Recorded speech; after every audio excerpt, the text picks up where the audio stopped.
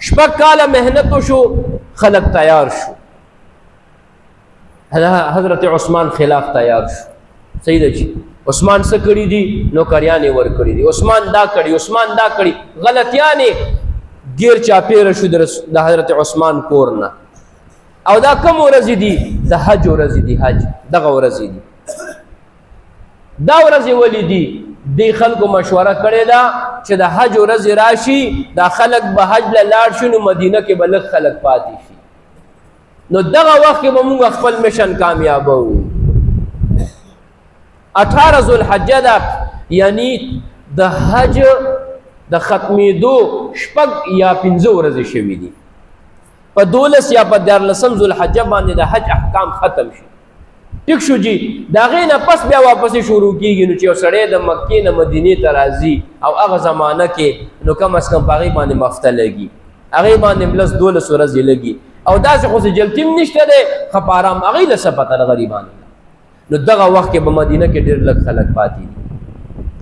دې بلویانو ګیر چاپېره شو. عبدالله بن سبا مشر دی او حضرت عثمان په کور کې 40 ورځې نظر بند دی. 40 ورځې.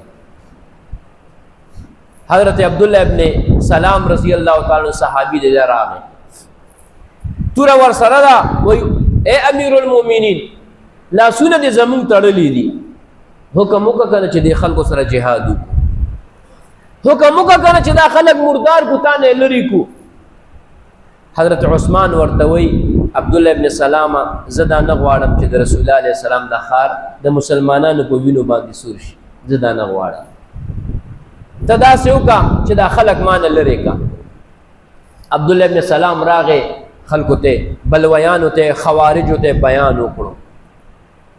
ما پیژنئ، زه اول یهودي وم، زما نوم حسین و حسین سواد سره، ما ایمان راوړو، رسول الله علیه السلام زما نوم عبدالله کې غوښتو.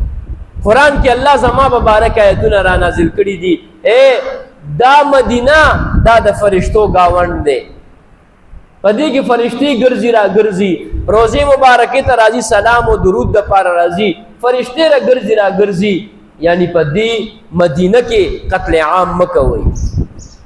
په دې مدینه کې الله تعالی توره بنده کړې ده. کله الله تعالی دا توره لا کولا شو، قیامت پورې به بنده نشي ورته وي. دا جګړه به قیامت پورې ختم نشي. خو دې خلکو باندې اثر ونه شو.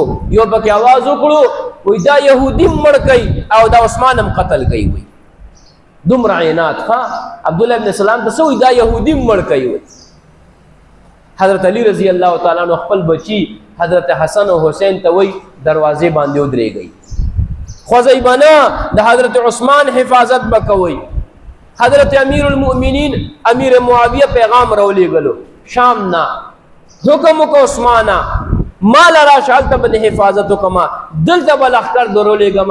عثمان ویل چې نه، مدینه کې جنګ نه غواړه. یو صحابي ورته پیغام راولېږلو، وایي دا د پرېږدي نه، دا خلافت ورته پرېږده. وایي زه د خلافت شوقي نه یم، خو زما ښکلي پیغمبر فرمایلي عثمانه الله تعالی به تا ته یو د خلافت کمیس در واچوي، دا خلق به زور باندې تا نه وباسي، ځان مړ کې ځان قربان کا، خدا کمیس په وتوله نه پرېږدي ورته. وایي ما ته را خبره د پیغمبر علیه السلام یاد ده. سر یې اوچت کړو، دا د کافرانو ته د خوارجو سر اوچت کړو. اے خلکو زما خبره اورئ، ما پیژنئ زه عثمان یم. کله چې د مسجد نبوي ځمکه کمه شوه، رسول الله علیه السلام اعلان وکړو څوک دی چې دا ځمکه والي، څوک دی چې دا ځمکه والي، هغې دپاره په جنت کې به الله تعالی محلات تیار کړي. هغه ځمکه چا اغوستې وه؟ عثمانه تا اغوستې وه. ای خلکو دې جومات کې ما مانځل هم نه پرېږدئ. اوس اے خلکو کله چې مدینې ته تاسو رالی، مدینې کې خواږي اوبه مسلمانانو سره نه وي، هغه اوبه چې چا واغستې، پیغمبر علیه السلام مو فرمیل زه د جنت ذمہوار یم. هغه اوبه چا اغستې دي؟ عثمانه تا اغستې دي. اے خلکو هغه اوبه ما ته نه راکوئ، هغه اوبو ته ما نه پرېږدئ. خو دې خلکو باندې هېڅ قسم اثر ونه شو. حضرت علي اوبه راولېږلې، اوبه دی لرې نه غشې وویشتو، هغه منګې هغه مټکه ماته شو، اوبه توی شوې، نه یې پرېغوستو.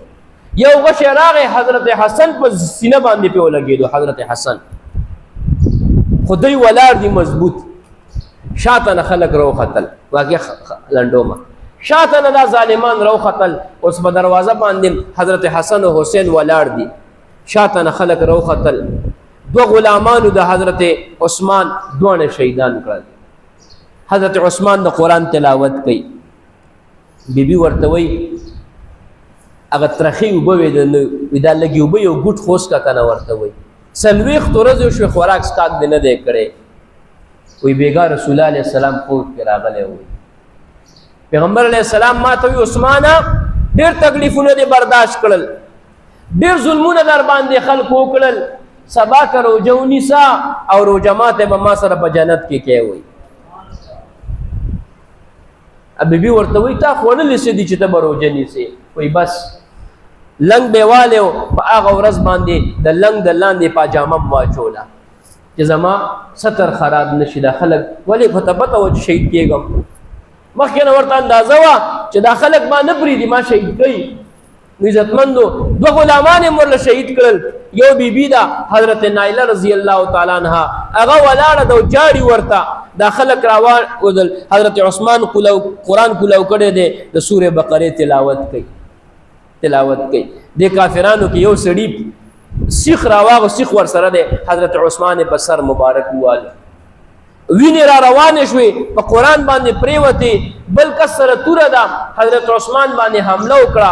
حضرت نایلې لاس مخکې کړو، 3 ګوتې د حضرت نایلې کټ شو، په ځمکه باندې پرېوتې.